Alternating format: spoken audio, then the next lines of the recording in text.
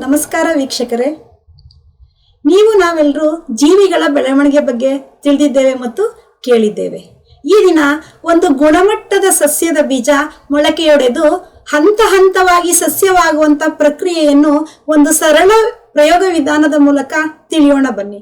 ಈ ಸರಳ ಪ್ರಯೋಗಕ್ಕೆ ಅಗತ್ಯವಾದ ಸಾಮಗ್ರಿಗಳು ಮಣ್ಣು, ಗುಣಮಟ್ಟದ ಸಸ್ಯದ ಬೀಜ ಮತ್ತು ನೀರು.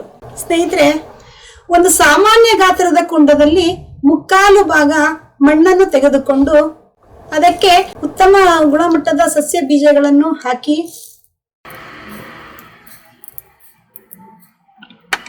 ಮತ್ತೆ ಸ್ವಲ್ಪ ಮಣ್ಣನ್ನು ಹಾಕಿ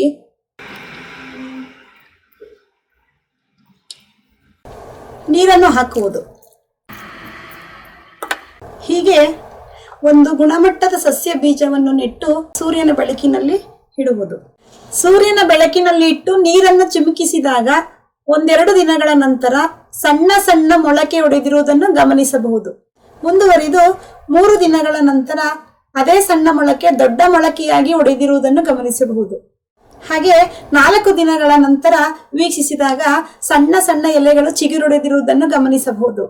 ಹಾಗೆ ನೀರನ್ನು ಪ್ರತಿದಿನ ಚಿಮುಕಿಸಿ ಸೂರ್ಯನ ಬೆಳಕಿನಲ್ಲಿ ಇಟ್ಟು ವೀಕ್ಷಿಸಿದಾಗ 4-5 ದಿನಗಳ ನಂತರ ಆ ಸಣ್ಣ ಎಲೆಗಳು ದೊಡ್ಡ ದೊಡ್ಡ ಎಲೆಗಳಾಗಿ ಸಸ್ಯವಾಗಿ ಬೆಳೆದಿರುವುದನ್ನು ಗಮನಿಸಬಹುದು. ಈ ರೀತಿ ಒಂದು ಗುಣಮಟ್ಟದ ಬೀಜ ಮೊಳಕೆಯೊಡೆದು ಸಸ್ಯವಾಗಬೇಕಾದರೆ ಈ ಕೆಳಕಂಡ ಅಗತ್ಯ ಅಂಶಗಳನ್ನ ನಾವು ತಿಳಿದಿರಬೇಕು. ಫಲವತ್ತಾದ ಮಣ್ಣು, ಗಾಳಿ ಮತ್ತು ನೀರು, ಗುಣಮಟ್ಟದ ಬೀಜ ಮತ್ತು ಸೂರ್ಯನ ಬೆಳಕು. ಒಂದು ಗುಣಮಟ್ಟದ ಸಸ್ಯ ಬೀಜ ಮೊಳಕೆಯೊಡೆದು ಹಂತ ಹಂತವಾಗಿ ಸಸ್ಯವಾಗುವುದನ್ನು ಈ ಸರಳ ಪ್ರಯೋಗದ ಮೂಲಕ ವೀಕ್ಷಿಸಬಹುದು. ಧನ್ಯವಾದಗಳು.